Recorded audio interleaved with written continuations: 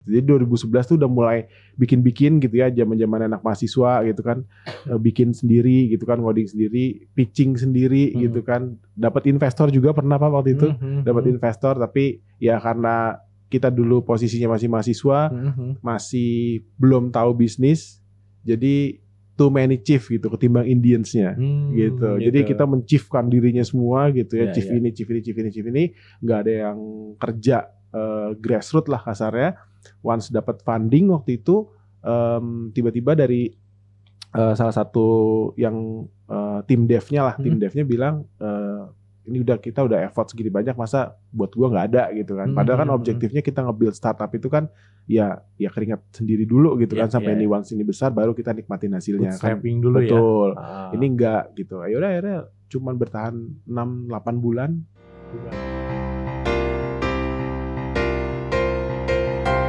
Founders.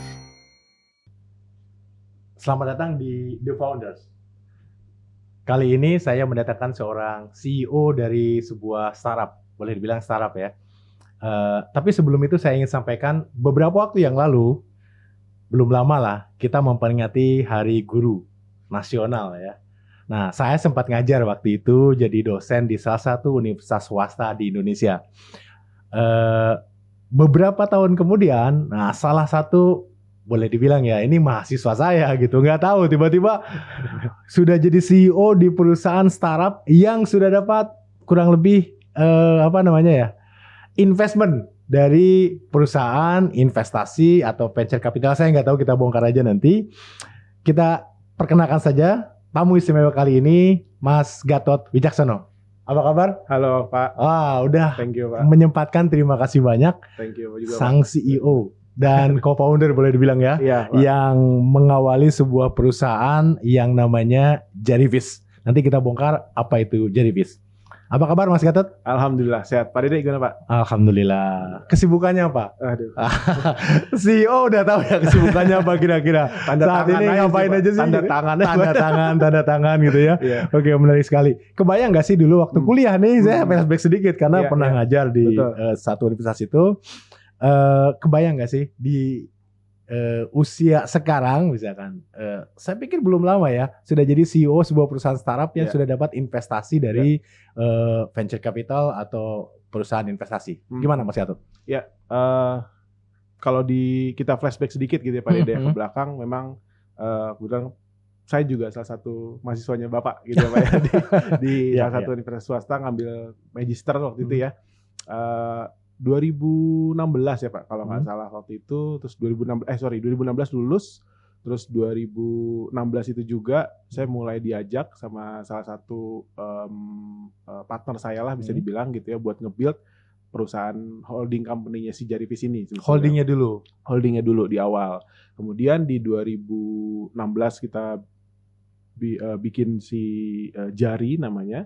Terus sampai 2017, 2018, 2019, 2020 baru kita mulai setup yang namanya si Jarivis ini. Dan di 2021 baru kita spin off untuk jadi satu entitas sendiri Pak. Jadi anak perusahaannya si Jari. Gitu. Oke. Latar belakangnya apa? Memang punya background IT kah? Atau memang hanya hobi saja atau gimana? Boleh ceritakan sekolahnya di mana gitu ya. Flashback dulu sedikit nih. Jangan jump ke investasinya nih, kayak terlalu menarik untuk diceritakan. Gimana? Mungkin cerita sedikit. Kalau saya basicnya mungkin kalau dari dulu S1-nya saya di salah satu universitas swasta juga ngambil jurusan teknik informatika. Kebetulan memang orang teknis dulunya Pak. Gitu. Tiba-tiba langsung dapat kesempatan gitu ya nih buat ngurusin lebih ke bisnis pastilah ya kalau CEO. Cuman ya udah saya cobain, ya alhamdulillah sampai sekarang masih jalan gitu kan ya. Dulu di salah satu universitas swasta jurusan teknik informatika, terus lanjut ke kebetulan di tempat yang Pak Dede ngajar, itu ngambil magister manajemen sistem informasi. Terus setelah lulus saya berkecimpung memang dari pertama kali kerja 2013 itu memang sudah berkecimpung di tech company. Tapi dulu kita atau saya lebih tepatnya itu mainnya itu di SI Pak, System Integrator. Jadi jualannya itu kita implementasi produk-produk yang sudah jadi.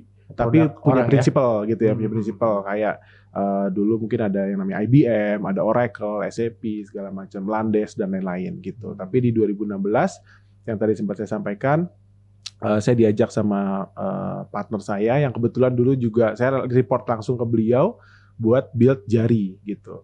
Terus di 2020, 2021 akhirnya kita decide buat spin off produk ini jadi satu entitas sendiri. Oke, berarti pada saat masuk Jari itu as a profesional ya awalnya? As a profesional awalnya, betul. Oke, setelah itu diajak CEO-nya atau owner-nya mungkin ya? Iya. Untuk bikin produk baru yang kemudian spin off gitu ya? Betul. Okay. Tapi ngomong-ngomong sebelum kita bicara Jarivis ya, yang lebih spesifik dan lebih detail, dulu sempat ngajar ya? Iya betul, sempat ngajar. Kenapa nih? Tidak menarik jadi dosen atau gimana? Enggak sih Pak, sebetulnya dari 2000 setelah saya lulus lah, setelah selesai belajar sama Pak Dede gitu kan, I learn a lot from you ya Pak, banyak lah belajar dari Pak Dede gitu ya. 2016 setelah selesai saya ngajar, setelah saya lulus itu saya mulai ngajar Pak di 2016 akhir sampai 2020. Nah 2020 itu sebenarnya masih diminta buat ngajar lagi, tapi memang ngajarnya itu nggak rutin lah Pak, bukan as a dosen yang memang ditekunin gitu ya. Bukan full time dosen, bukan full time dosen. Iya Pak, non faculty member kalau betul, bukan non faculty member gitu. Nah, saya ngajar itu lebih ke karena kebetulan dulu dari 2016 itu mulai nge-build Jari dan kita perlu tech talent yang lumayan banyak gitu ya. Jadi saya sekalian ngajar itu sekalian scouting sebetulnya Pak. Mana nih mahasiswa-mahasiswa di kampus tempat di kampus. ngajar. Yes, betul. Mana mahasiswa-mahasiswa yang kira-kira bisa di hire nanti gitu kan, atau diajakin internship gitu waktu itu.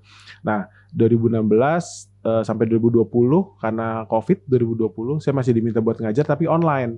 Nah nggak tahu kenapa feel-nya agak beda gitu ya Pak antara ngajar offline sama online ya gitu Pak. Kalau online kita nggak tahu mahasiswa matiin off cam udah gitu kan, dia mau ngapain kita nggak ada yang tahu gitu kan, susah gitu buat kontrol. Tapi kalau offline tuh ada feel-nya beda lah gitu ya, feel-nya beda, bisa ketemu langsung, bisa ngerasain langsung, itu feel-nya beda. Akhirnya saya putusin 2020 udah saya nggak ngajar dulu deh buat di COVID ini gitu kan. Akhirnya 2021 awal itu saya mutusin udah saya stop nggak ngajar lagi karena saya memang fokus di yang bisnis ini. Fokus di Jari ini ya? Fokus di Jari dan Jarivis ini. Gitu. Berarti produk yang pertama dibangun atau sebagai bagian dari perjalanan untuk membangun perusahaan akhirnya itu Jarivis atau pernah buat produk apa sebelumnya? Kalau ditanya pernah buat produk apa, beberapa kali ya Pak sebenarnya Pak ya. Okay. Dari 2011 sebetulnya saya udah bikin produk. Nggak tahu kenapa ya makin kesini ternyata ilmu yang saya pelajarin dari 2011 2010 itu ternyata disebutnya tuh product management. Saya baru tahu gitu. Jadi tahu akhirnya itu tuh ilmu product management ya. Iya betul. Karena dulu dari 2011 zaman saya masih kuliah, dulu kita nggak segampang sekarang kali ya Pak kalau nyari source product management, teman-teman di LinkedIn banyak yang mulai cerita gitu kan. Terus juga sekarang saya juga jadi salah satu mentor di ADP List namanya, salah satu komunitas product management terbesar seluruh dunia juga. Itu jadi mentor juga di sana. Terus juga gampang lah sekarang nyari source of learning dari product management. Dulu 2011-2012 tuh sulit banget gitu. Jadi 2011 tuh udah mulai bikin-bikin gitu ya, zaman-zaman anak mahasiswa gitu kan, bikin sendiri gitu kan, coding sendiri, pitching sendiri gitu kan. Dapat investor juga pernah Pak waktu itu, dapat investor, tapi ya karena kita dulu posisinya masih mahasiswa, masih belum tahu bisnis, jadi too many chief gitu ketimbang Indians-nya gitu. Jadi kita menciefkan dirinya semua gitu ya, chief ini, nggak ada yang kerja grassroots lah kasarnya. Once dapat funding waktu itu tiba-tiba dari salah satu yang tim dev-nya lah, tim dev-nya bilang ini kita udah effort segini banyak, masa buat gua nggak ada gitu kan. Padahal kan objektifnya kita nge-build startup itu kan ya keringat sendiri dulu gitu kan, sampai ini once ini besar baru kita nikmatin hasilnya kan. Dulu betul. Ini enggak gitu. Ayo akhirnya cuman bertahan 6-8 bulan bubar. Bikin apa waktu itu ingat ya? Waktu itu bikin buat, karena dulu saya mahasiswa gitu ya, bikin buat apa nyebutnya ya, kayak semacam direktori buat mahasiswa yang nyari kos-kosan di sekitaran kampus. Mau nyari kos-kosan, mau nyari makan gitu ya. Itu tapi semua. Mami Kos gede sekarang. Nah itu dia. Itu yang diseselin. Lebih dulu malah, itu lebih dulu ini ya produknya dibandingin Mami Kos ya. 2011 itu kita udah bikin itu 3 hari dari launching itu udah hampir 1.000 user lebih waktu itu. Dengan dana yang seadanya gitu ya waktu itu. Tapi ya sudah umur 6-8 bulanan kita putusin buat close ini gitu ya. Terus masih nggak nyerah juga waktu itu dari zaman kuliah. Bikin lagi mirip-mirip produknya, mirip-mirip tapi bahkan waktu itu mau diakuisisi sama perusahaan saya pertama kali kerja karena itu saya bikin itu waktu zaman saya skripsi. Lagi zaman skripsi iseng programnya udah jadi, lagi bikin paper males. Ya udah iseng lah bikin yang lain gitu kan sambil jalan papernya. Bikin mirip-mirip lah produknya dengan yang tadi. Itu pas saya lulus itu mau diakuisisi bahkan sama perusahaan pertama kali saya kerja, tapi saya karena waktu itu saya berdua, salahnya juga di situ Pak. Saya waktu itu 50-50. Nggak ada yang bisa ngambil keputusan harusnya gitu kan. lebih sedikit ya. Betul, harusnya 5149 gitu ya. Biar bisa tahu nih siapa yang majority itu gitu pelajaran kan. ya untuk para founders ya. Memang Betul, fair ya 50-50 tapi ada masalah di belakang. Itu bertiga lah minimal. Betul. Itu impactnya ke sana ternyata gitu. Jadi 50-50 ya saya maunya diakuisisi yang dia nggak mau gitu. Oh gitu, kan. nggak mau. Nggak mau karena dia maunya standalone, nggak mau terlibat sama pihak lain segala macam. Ya sudah, kita putusin juga ya sudah ini diselesaikan akhirnya saja. Jadi gede nggak? Enggak sih Pak. Oh enggak ya. Nah, mungkin kalau mirip-mirip sekarang itu kalau Pak Dede tahu atau teman-teman tahu Groupon ya. Nah, mirip-mirip kayak gitu Pak. Jadi gitu. kita mainnya lebih ke diskon ya waktu itu ya. Lebih ke diskon karena ya saya juga suka diskonan gitu kan, mahasiswa dulu waktu itu kan nyari diskon-diskonan ya kita bikin itulah, nge-build itu. Cuman satu dana ditutup. Nah, terus 2013 sampai 2015 berkarir di SI tadi, punya implementator produk-produk yang besar gitu ya. Terus di 2016 mulai bikin ini. Gitu. Jadi tadi saya tertarik dengan satu statement bahwa tahun 2000-an itu sebelum mungkin sekarang ini ilmu product management gampang didapat, gampang diakses ya. Dulu itu kan susah ya. Betul Pak. Saya setuju tuh karena kebanyakan orang fokus ke project management. Betul. Jangan-jangan karena kebanyakan kita dijajah oleh software-software luar ya. Jadi terbiasa mengimplementasikan as a project gitu ya. Padahal ilmu product life cycle-nya sendiri itu luar biasa sebetulnya. Betul. Itu juga mungkin gampang diakses. Sekarang banyak startup yang menjamur nih. Yes. Ngomong-ngomong startup, itu gimana sih keberaniannya untuk memulai sesuatu yang baru nih gitu ya? Apakah karena memang dari dulu suka challenge dan resiko untuk membuat sesuatu yang belum tentu laku, kan setuju nggak? Betul. Kita buat sesuatu belum tentu laku. Sepakat. Nah, kapan titik awalnya? Oke, ini adalah startup yang saya akan bangun all out dan sekarang mungkin jadi CEO dari Jarivis ya. Oke. Mungkin kalau cerita kenapa bisa nyemplung ke startup gitu kali ya Pak ya. Itu kalau kita tarik balik lagi ke belakang di 2016, sebenarnya posisi saya waktu itu di kantor lama itu udah settle lah ya Pak, tinggal ya udah pastilah tiap SI kan ya maksudnya. Udah sertifikasi segala macem, setelah implementasi dapat project bonus gitu kan ya, standar lah segala macam. Tinggal nunggu karir naik. Betul, tinggal ngikutin aja gitu kan Pak, bertahan aja udah enak. Nah gitu itu kan. kenapa? Nah kok beresiko diambil juga gitu. Nah kebetulan karena waktu itu mungkin posisinya saya belum merit gitu ya, belum merit. 2016 itu saya diajak sama yang sekarang jadi bosnya di Jari. Dulu kebetulan saya report ke beliau karena beliau dulu GM saya di kantor lama. Oh gitu. Jadi kenalan di kantor lama ya. Di kantor lama. Yang ajak ke situ juga ke kantor itu juga dari beliau juga.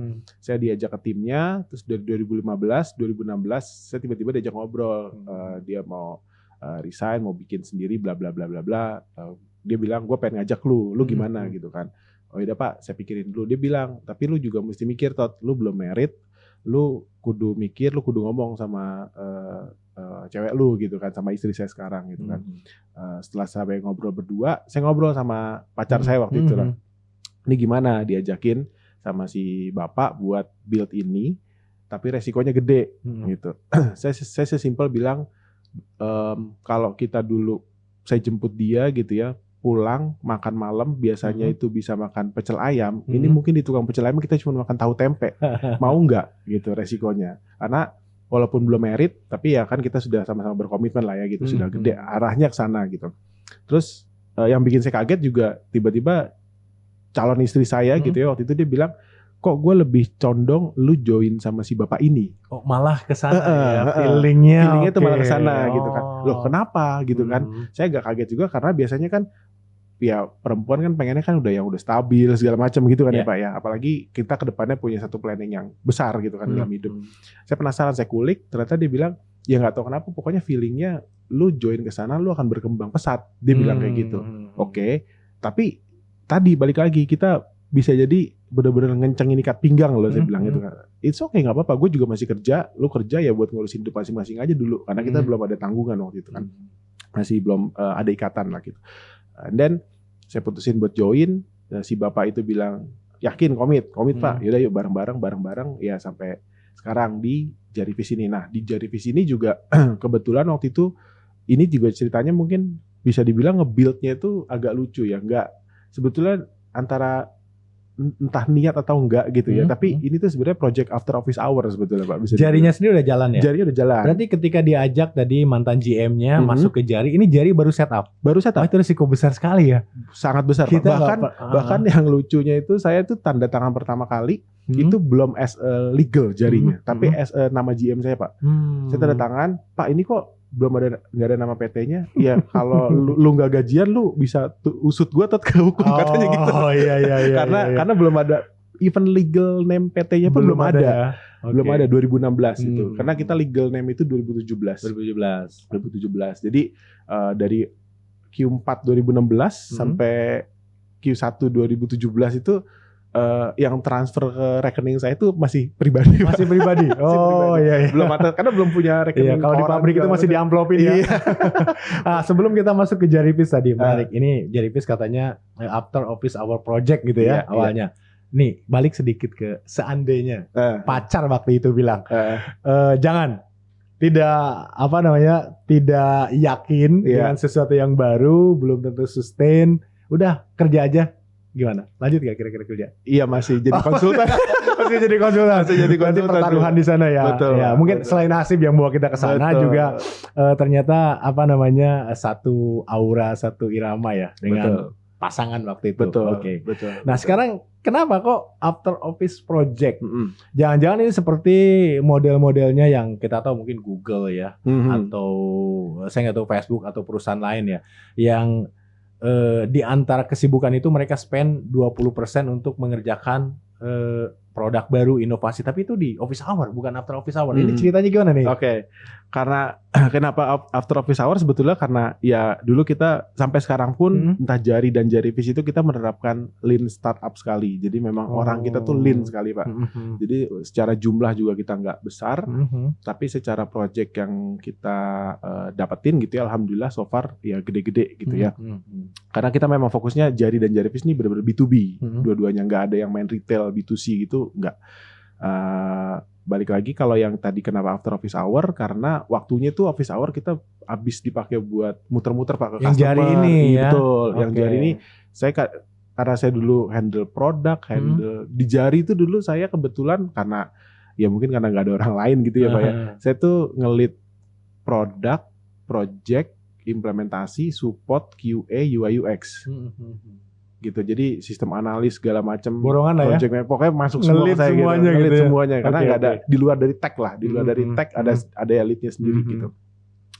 Nah, kita bertiga itu bangun si Jari itu. Jadi semua dibagi. Ya udah yang tech ke si waktu itu ada partner saya gitu ya. Yang di luar dari itu semuanya under saya gitu. Nah, di situ kenapa after office project karena saya sama si partner ini udah nggak ada waktu buat ngurusin si Jarivis itu di office hour. Jadi kita tuh karena kebetulan kita sama-sama sering pulang malam gitu ya, sering pulang malam, jadi kayak habis maghrib segala macam tuh kita masih standby di kantor, pesen makan segala macam, coret-coret di papan tulis Pak, coret-coret, bikin begini, bikin gitu ya. Keluh kesahnya benar-benar berdasarkan dari pengalaman pribadi, kita coret-coret, ternyata kok jadi produk gitu Pak. Oke.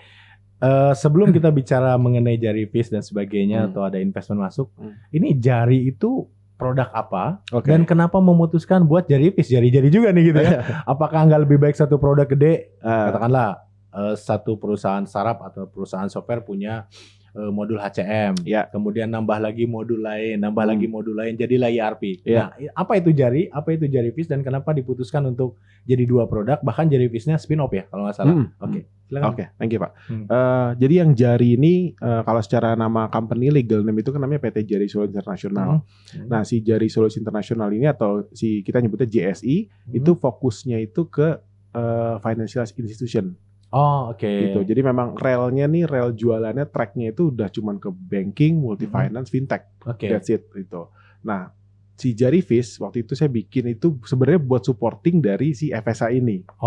Gitu. Cuman kok ternyata bisa market yang lain ya, gitu kan. Akhirnya kita spin off dan kita si Jari Fish ini kita bisa bikin buat yang lain jadinya. Nah, kalau yang si jarinya sendiri, si JSI-nya sendiri punya produk namanya Jarcol, Jari Collection kita nyebutnya. Jadi mungkin gambarannya buat teman-teman kolektor yang datang, misalkan quote and quote ada yang nunggak gitu ya Pak ya, tagihan entah tagihan motor ya atau mobil segala macam ada yang nunggak, itu dikunjungin. Dulu kan masih pada pakai kertas Excel yang di print lecek gitu kan. Sekarang udah nggak perlu karena semuanya udah di apps-nya si Jari Collection tadi. Betul. Jari Collection. Tagihannya berapa, dendanya berapa, nunggaknya berapa lama, itu udah komplit semua di situ. Termasuk nomor telepon, alamatnya si nasabah, debitur gitu, itu komplit semuanya ada di situ. Itu Jari Collection. Pokoknya itu benar-benar FSI banget. Jadi enggak, kalau ada yang ngambil motor di tengah jalan dari kolektor tinggal tunjukin itu udah nggak mungkin bohong ya. Betul. Kalau nggak ada berarti bohong gitu betul, ya. Betul.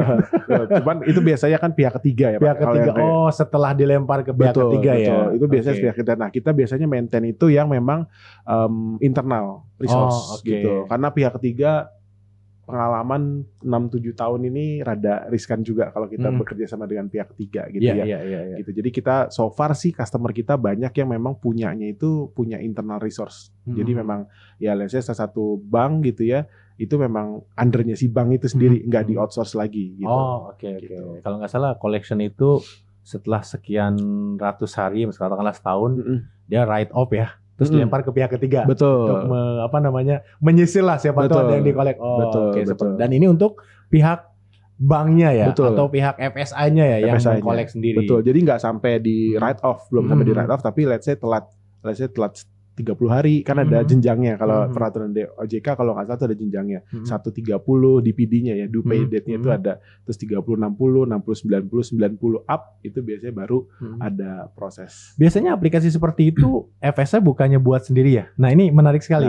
Kapan kita memutuskan bahwa kita akan buat produk yang bisa dijual ke FSI katakanlah bank atau kalau aplikasi lain industri lain dengan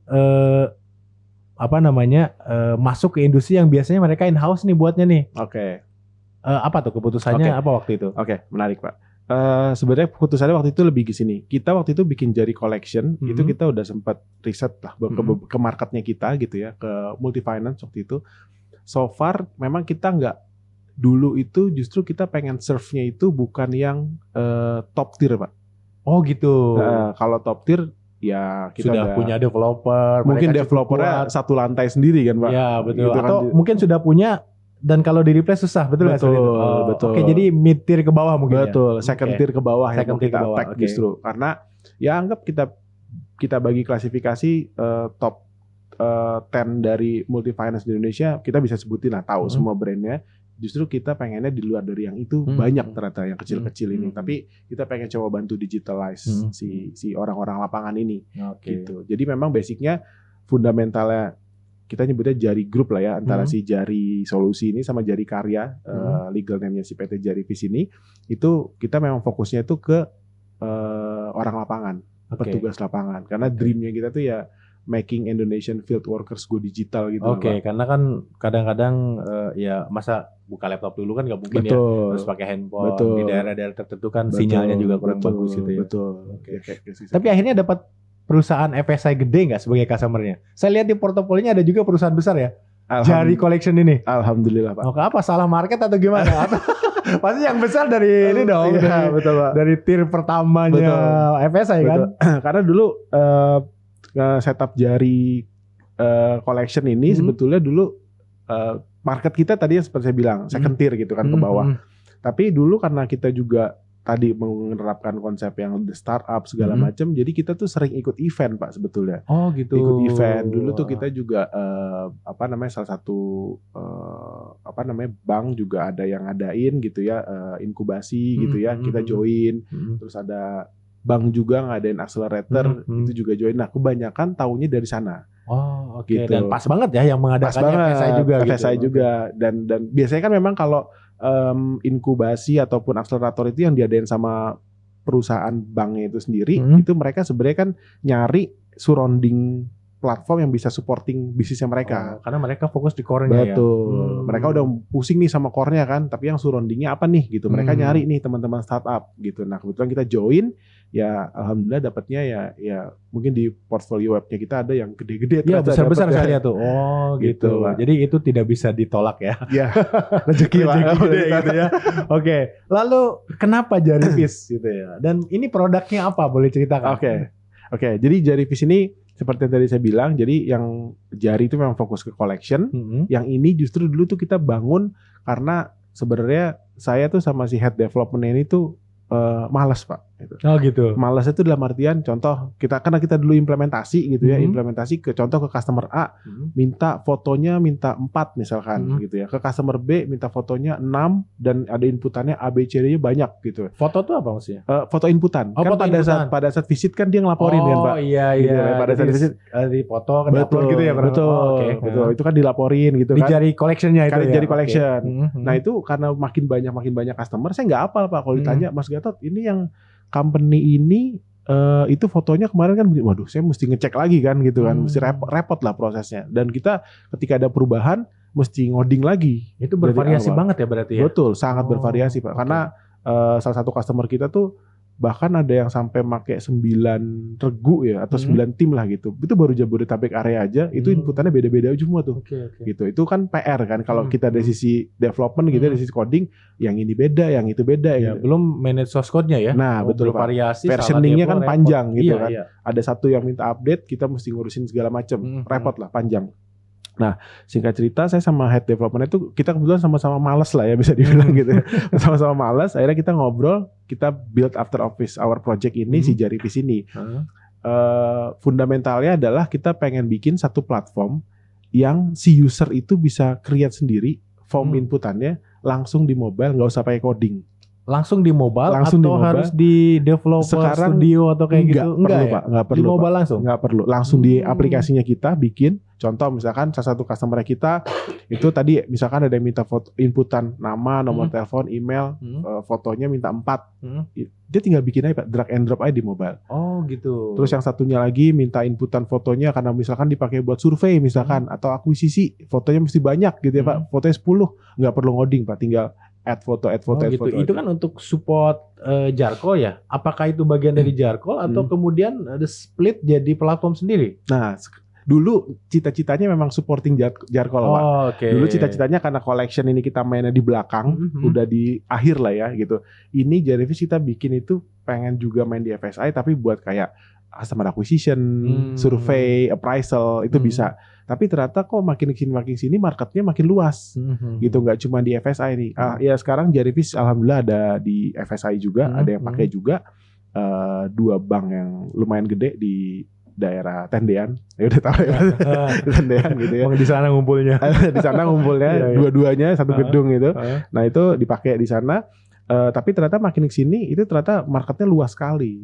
Pas saya riset itu ternyata kok ini marketnya Jarivis ini global sekali dan bisa cross industri sekali gitu kan. Makanya sekarang tuh customer kita tuh lucu-lucu dan keren-keren Pak. Ada yang dipakai buat maintenance ATM, ada yang dipakai buat servis AC, ada yang dipakai buat monitoring atau ngelaporin pest control, pengendali hama. Intinya adalah yang pakai Jarivis itu siapapun bisa selama dia punya orang lapangan. Oh, jadi tergantung dari kebutuhan organisasi dan perlu apa disebutnya field engineer atau apa yang memang ke lapangan gitu. Karena pakai handphone tadi ya. Gitu. Oke, semudah itu kamu buat aplikasi di atas Jarivis ini gimana sih? Oh ini by handphone biasanya kan drag and drop tapi di laptop admin kemudian baru deploy masukin App Store versi barunya atau auto update baru terefleksi gitu. Gimana tuh? Kalau yang sekarang kita memang satu source code lah ya, bisa dibilang satu source code di Play Store sudah ada. Itu tinggal di-download, itu udah ada pre-template-nya. Jadi teman-teman tinggal bisa pakai langsung, ada yang dipakai buat survei, appraisal, macam-macam lah di situ ada pre-template-nya, atau mau create sendiri pun bisa sebenarnya langsung di sana. Bisa ya mau nambahin apa, misalkan mau inputin nama, oke, berarti kita masukin free text, tinggal pilih free text, judulnya nama customer misalkan, simpan. Terus nanti bawahnya apalagi, oh kita perlu data email misalkan, tinggal pilih yang email, format email, dia udah ngenalin format email. Terus perlu ada foto, misalkan fotonya mau berapa, tinggal add aja Pak, simpan. Jadi udah langsung ter-apply ke seluruh Indonesia nanti. Jadi ini cloud atau apa? Cloud ya, berarti customer atau bahkan tidak harus perusahaan besar ya, perusahaan menengah atau kecil yang bahkan tidak perlu programmer mereka ya. Betul. Dan ada aplikasinya, tinggal membuat aplikasi sesuai dengan kebutuhan mereka selama mereka perlu yang visit gitu ya. Yes. Engineer. Betul. Nah, sekarang nih Jaripi sudah berapa lama? As a product nih ya? As a product ya. As a product kurang lebih 2 tahunan lah Pak. 2 tahun? 2 tahun lebih dikit Pak. Sudah ngalahin ini Jari call-nya? Aduh. Ininya? Tractionnya nggak tahu ukurannya mana? Jumlah customer kah? Atau revenue profit? Kira-kira gimana? Kalau B2B kan pasti kan ujungnya kan lebih ke revenue lah ya revenue. Tapi ya beda tipis lah Pak sekarang. Revenue. Wah, luar biasa. Alhamdulillah Pak. Nah, menarik nih karena Jarivis, saya nggak tahu Jarivis atau Jari yang mendapat investment dari apa disebutnya? Venture capital ya venture jatuhnya capital, karena organisasi yang masuk ya, bukan personal perorangan. Oke. Gimana ceritanya? Kok bisa? Karena saya punya teman-teman banyak di industri startup yang mungkin still struggling, monetisasinya belum bisa gitu ya. Sementara katanya sekarang sedang tech winter gitu ya, para investor sedang nahan duit atau nyari yang profitable. Itu waktu itu gimana ceritanya? Oke, jadi kalau kita ngomongin investment sebetulnya di Jari dan Jarivis ini rada lumayan beragam. Karena dari sisinya si Jari juga kalau Jari itu lebih banyak angel investor yang masuk sebetulnya. Sejak awal berarti itu Sejak awal. Oh, berarti udah didukung gitu ya. Betul. Jadi harusnya bilang ke istri jangan khawatir. Uang personalnya banyak gitu ya. Tapi waktu itu kan gak ada jaminan juga. Gak ada jaminan. Produknya kan belum tentu laku kan. Produknya belum tentu laku. Dimakan market ya. Again balik lagi kan. Sekarang apalagi makin kesini investor udah kayaknya nggak tahu sih. Pengalaman saya sih kalau ngobrol sama beberapa teman-teman yang main divisi segala macem, udah nggak ini ya Pak. Udah nggak terlalu mentingin kayak traction. Dulu kan sangat berharga sekali kan traction. Data, the new oil user, gitu ya, apapun itu. Tapi again balik lagi at the end ya revenue sih Pak. Revenue, bisnis juga gitu ya. Iya, bisnis kita ya bisnis ujungnya profitable kan. Ini kan kita bukan non-profit organization kan gitu kan. Iya, betul. Nggak ada profit gitu. Nah tapi again balik lagi kalau saya lihat trennya adalah sekarang investor tuh makin ngelihat ya kalau kebetulan kita mainnya di B2B. Otomatis kan dan subscribe base gitu ya, tinggal berapa jumlah user kita, ya itu sebenarnya bisa keukur kan revenue kita berapa gitu kan, tinggal kali add user aja berapa kan gitu kan, itu sesimpel itu sebenarnya kalau di B2B. Cuman kalau di B2C saya kurang begitu ngerti hitungannya ya, karena pasti kompleks sekali, beda lah ya hitungannya. Tapi kan pasti again balik lagi kan transaction base yang dihitung gitu kan. Kalau kita pakai let's say ride hailing atau kita pakai e-commerce segala macam, ya buat apa kalau kita cuma lihat-lihat doang gitu kan, terus abis lihat produk A dikirimin notif kita nggak beli ya udah gitu kan, nggak ada transaksi yang terjadi, mereka nggak dapat something gitu juga gitu. Itu pitching nggak sih dulu dapat visi ini atau mungkin ada momen tersendiri atau kebetulan siapa? Oke, kalau itu kebetulan mungkin ada yang bisa bilang mungkin ini lebih ke agak privilege sekali gitu ya Pak ya. Agak privilege gitu karena salah satu angel investor kita itu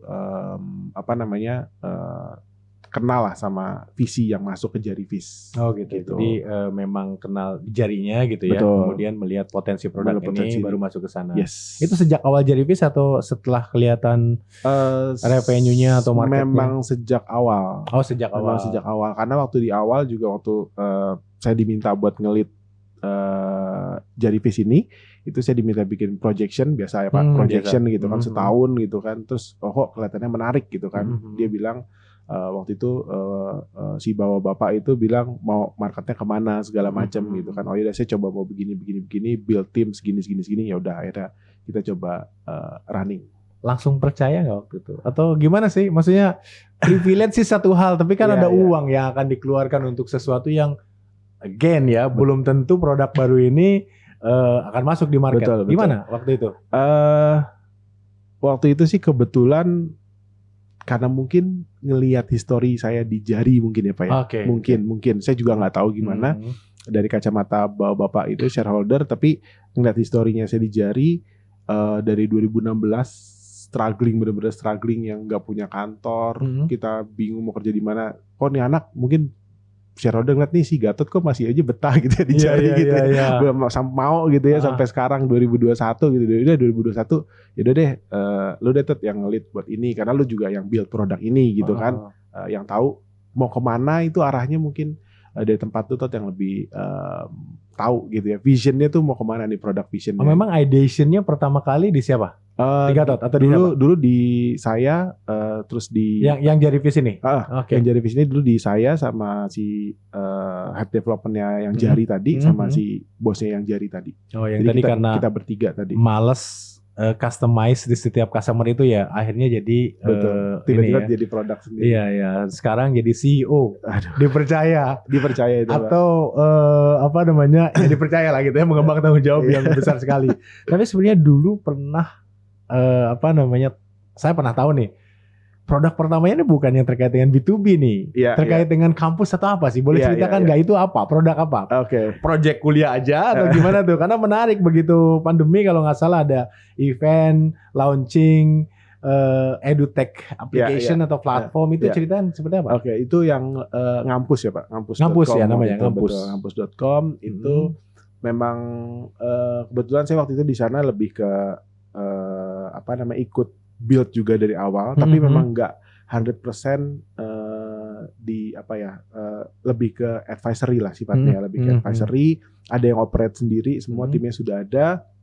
Dan itu memang segmen market yang berbeda jauh sekali dengan Jari dan Jarivis ini. Jari dan Jarivis ya B2B yang besar-besar, itu B2C banget gitu ya. Mungkin kalau lebih gampangnya ngampus itu ya event management platform. Kalau misalkan kita kenal sekarang ada Loket gitu ya, ada dan lain-lain lah ya gitu. Itu mirip-mirip kayak gitulah. Tapi memang kita fokusnya waktu itu ke bantuin mahasiswa yang mau ngadain event gitu. Karena dulu kebetulan saya waktu di kampus ikut salah satu organisasi juga, dan saya ngerasain gitu. Ini berangkatnya sebenarnya masalah itu dari kok ini orang mau daftar ulang event mesti nulis nama, email, nomor telepon. Terus nanti setelah selesai 2-3 hari sertifikatnya dicetak, dikirim SMS suruh ngambil ke sekre gitu kan.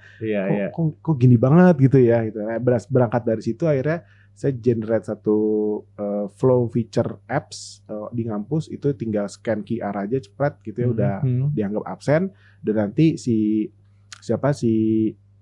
penyelenggara event atau si IO-nya itu tinggal ngupload satu template, itu langsung namanya semua ke-generate 1000 nama kan otomatis ke-generate di template sertifikatnya. Dan itu bisa reusable di event-event berikutnya ya? Betul. Oh, menarik sekali.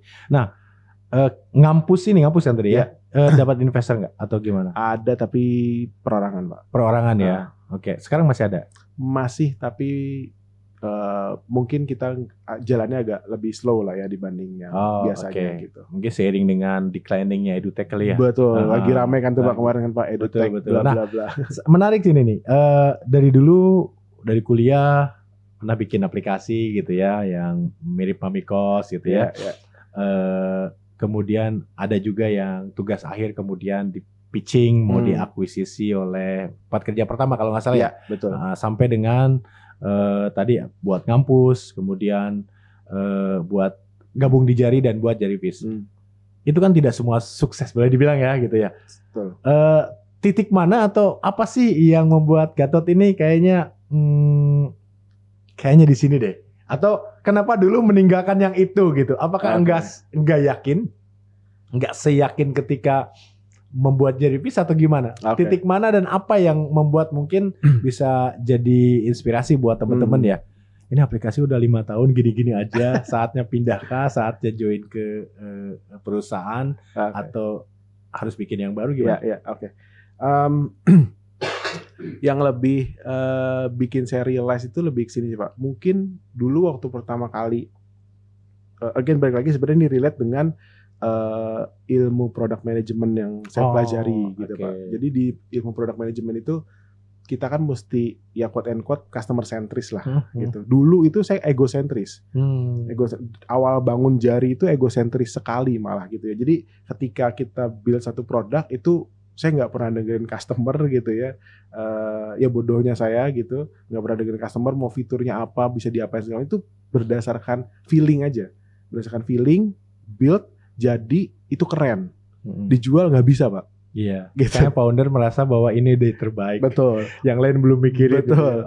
Gitu ya. Itu egosentris lah. Gitu. Itu egosentris. Saya juga pernah sempat nulis di LinkedIn gitu ya terkait dengan egosentris versus customer centris gitu ya. Makin kesini itu saya udah ya mungkin karena bertambahnya umur juga gitu ya. Jadi udah egonya itu udah nggak perlu direcognize lah ini si Gatot yang bikin, tapi lebih ke pengennya ngebantuin solving problemnya si customer gitu. Nah makin sini itu makin kelihatan sebetulnya Pak secara secara otodidak lah ya bisa dibilang itu makin kelihatan mana yang kira-kira ini bisa, ini enggak, ini bisa, ini enggak gitu. Karena nanti dari situ sebenarnya kelihatan mana yang bisa menghasilkan profit gitu ya, mana yang enggak. Gitu. Oke. Nah sekarang Jarifish nih, Jarifish itu kan boleh dibilang marketnya di Indonesia ya masih ya? So far masih di Indonesia. Perusahaan seperti apa yang membutuhkan, tadi sudah bocoran sedikit, ada field engineer ya, apakah yang tidak punya itu bisa menggunakan juga gitu. Dan kenapa Jarifish dibandingkan dengan platform yang sama dari luar atau bikin sendiri nih, kira-kira seperti apa? Oke.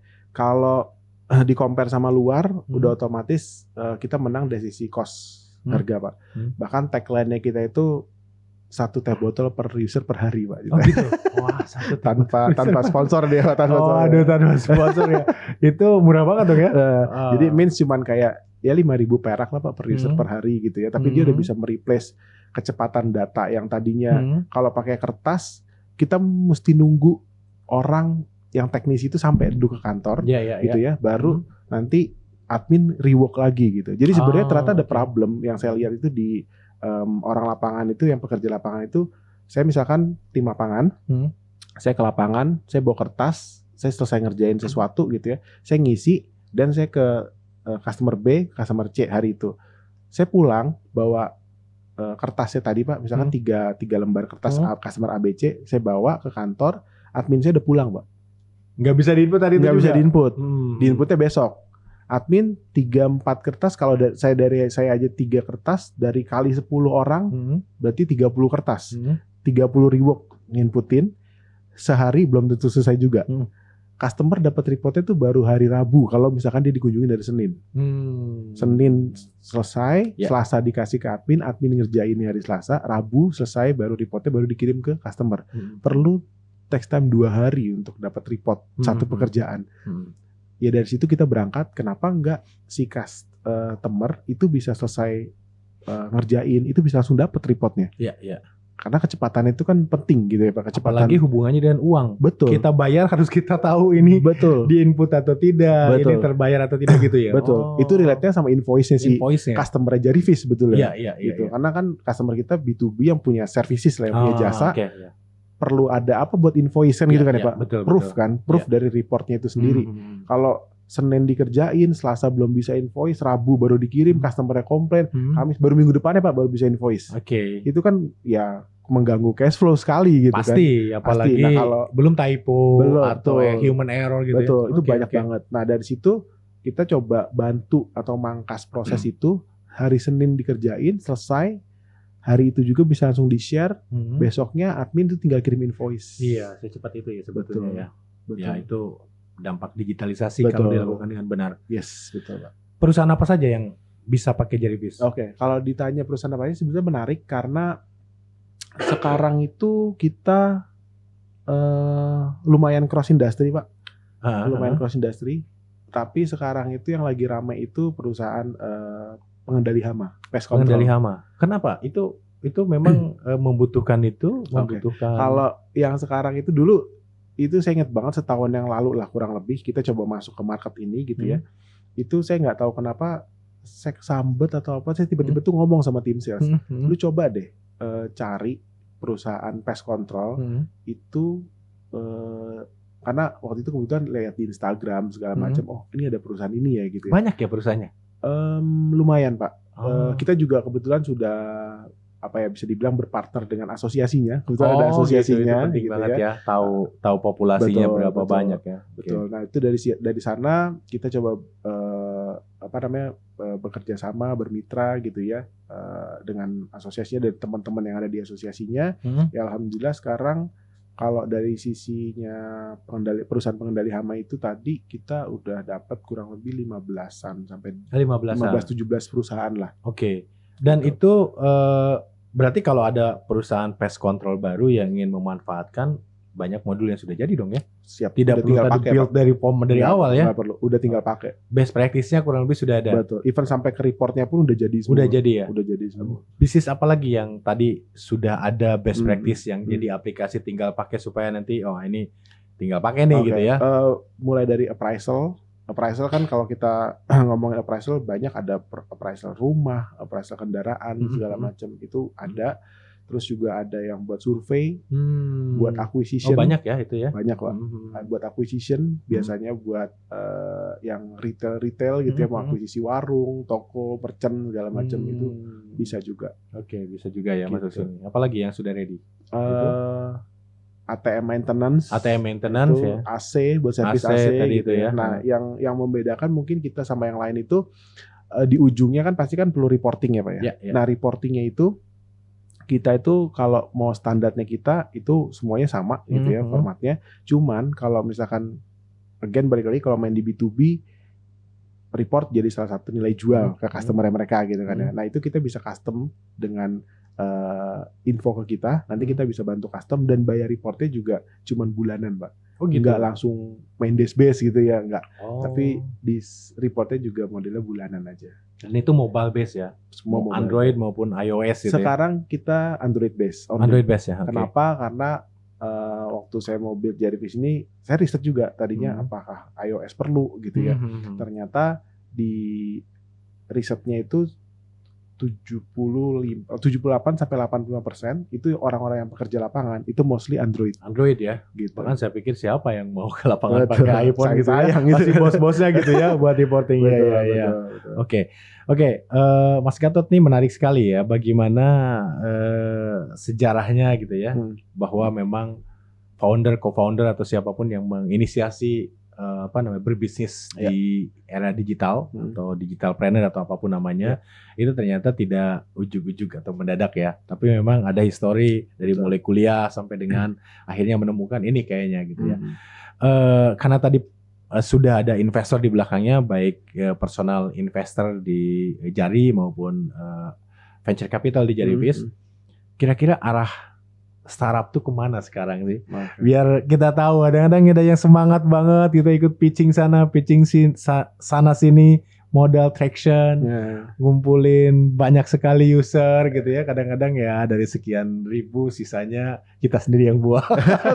Ada gitu. Apa sih yang ke arah mana startup ini berjalan? Apakah masih betul e-commerce itu karena banyak sekali teman-teman saya yang e-commerce lagi gitu seperti itu. EdTech lagi dan lain-lain gitu ya. Seputar itu. Ke arah mana startup dan apa yang dilihat oleh venture capital atau investor secara umum. Oke Pak. Kalau berbicara terkait dengan startupnya itu ke arah mana, sebetulnya again balik lagi ada problem apa yang mau kita solve sebetulnya gitu ya. Saya juga kemarin habis mentoring salah satu anak mahasiswa dari Malaysia kebetulan. Itu menarik banget, dia nggak punya background tech sama sekali, nggak punya background produk sama sekali, tapi dia sangat interest dengan product management gitu loh. Nah, sebenarnya part of dari product manager itu kan, atau product management itu kan adalah curiosity-nya kan harus tinggi gitu kan. Ketika curiosity-nya harus tinggi, dia akan memvalidate problemnya itu valid atau enggak gitu. Once itu valid, maka harus di-solving gitu kan. Dan dari problemnya itu valid, again balik lagi akan dibagi priority. Mana nih prioritas yang mau dikerjain duluan gitu ya. Nah, itu balik lagi ke sana itu nanti dari sisinya si si startup sebetulnya itu kadang-kadang gini Pak, saya banyak melihat teman-teman juga banyak yang main di startup itu, oh ini kita bikin aplikasi ABC misalkan atau bikin aplikasi A gitu ya, itu nanti ini bisa nih, bisa begini, bisa begini, bisa begini, bisa begini. Tapi ternyata problemnya itu cuma divalidasi ke dirinya sendiri. Atau ke keluarganya yang memang mendukung dia gitu ya. Atau ke teman dekatnya yang teman ngopi yang ya udah gue tahu lu lah. Atau satu ilmu gitu ya. Satu ilmu, satu circle gitu kan. Ya problemnya mungkin ya cuma sebatas itu aja gitu kan. Tapi yang perlu dilakukan adalah validate problemnya itu bener atau enggak gitu. Jangan bener nggak sih kejadian di kita aja atau benar-benar kejadian juga nih di orang lain gitu. Nah kalau arahnya sih kalau ditanya menurut saya lebih ke validate dulu problemnya. Mungkin kita udah punya hipotesa nih gitu kan. Nah hipotesanya oh ini sebenarnya problem nih. Kayak contoh waktu saya build Jellyfish itu hipotesanya adalah orang yang kerja di lapangan itu hampir 70-80% menggunakan kertas. Itu hipotesanya. Dari hipotesa tersebut 70-80% dikali sekian juta user yang ada di Indonesia yang kerja di lapangan, masa iya sih gue 100.000 user, 200.000 user, 300.000 masa nggak dapat gitu loh Pak. Jadi itu problemnya sebenarnya berangkat dari sana. Dan ternyata makin digali lagi problemnya, itu makin gede problemnya. Contoh, ada salah satu perusahaan itu yang menerapkan masih pakai kertas. Teman-teman itu kan di lapangan kan naik motor, kehujanan, kertasnya basah, itu nggak dapat insentif Pak. Karena formnya rusak. Formnya rusak nggak kebaca sama admin. Oh ini nggak berlaku ya. Padahal dia udah kerja. Iya. Ada case yang kayak gitu. Ada yang tiba-tiba tulisannya jelek atau luntur atau apa segala hilang, jatuh. Itu banyak sekali case kayak gitu. Bayangin kalau itu semua kita replace dengan satu apps yang habis disubmit udah datanya udah aman. Lu mau kemana kayak terserah gitu kan. Handphonenya rusak kayak tetap datanya aman ya. Tetap datanya aman karena semua udah ke store di cloud gitu kan. Admin juga semua ada buktinya gitu kan ya. Bahkan di si Jellyfish juga kan kita punya menu tracking, monitoring location. Jadi kita tahu kemana mereka jalannya buat memvalidate mereka beneran visit atau enggak gitu ya. Ya case-case yang kayak gitu berdasarkan problem validation gitu. Nah mungkin arahnya ya lebih ke depannya mungkin lebih ke kalau kita bisa memvalidate satu problem itu valid, harusnya dari sisi investment itu juga bisa didapatkan gitu ya. Tinggal tergantung tiketnya lah, size tiketnya mau yang berapa kan biasanya ada macam-macam gitu ya. Mungkin di awal mungkin pre-seed dulu segala macam, terus nanti mungkin naik ke series S segala macam gitu ya. Ya yang kayak gitu-gitunya bisa sambil jalan sebetulnya. Oke, berarti maaf saya potong, berarti tadi terlepas teknologinya lari kemana, nggak harus AI, nggak harus blockchain, nggak harus apapun itu ya yang sekarang sedang happening, tapi tadi problem itu mau di-resolve seperti apa dan divalidasi itu yang penting. Karena kadang-kadang kita melihat itu sebagai problem dan itu stay jadi hipotesa ya. Tidak pernah menjadi real problem yang ada di masyarakat gitu ya. Jadi apapun teknologinya, yang penting problemnya apa dan mau di-solve oleh founder atau siapapun yang mau bisnis di sini ya. Bahkan saya juga sempat nulis teknologi itu tidak harus selalu fancy. Iya. Karena contoh case-nya Jellyfish, kita ada fitur AI nggak ada, tapi nggak yang secanggih AI yang di luaran Pak. AI kita tuh cuma buat kenalin wajah, face recognition. Kenapa kita cuma pakai itu? Karena kita cukup aplikasi kita kebetulan ada fitur absensinya juga, attendance-nya. Jadi absent in, absent out itu di Jellyfish itu tapi pengenalan wajah. Mukanya Gatot kayak gini gitu ya. Itu kalau di absenin Pak Dede titip absen, itu nggak bisa. Nggak bisa. Karena udah dikenalin kan. Dia ada baca liveness segala macam. That's it AI yang kita pakai. Nggak yang pakai ada speech to text, terus ada pengenalan dan lain-lain gitu ya, yang kayak sekarang itu yang lagi tren. Enggak. Karena menurut kita di internal itu nggak usah terlalu fancy, tapi bisa kepake. Dan itu bukan problem inti yang akan diselesaikan gitu ya. Betul. Oke.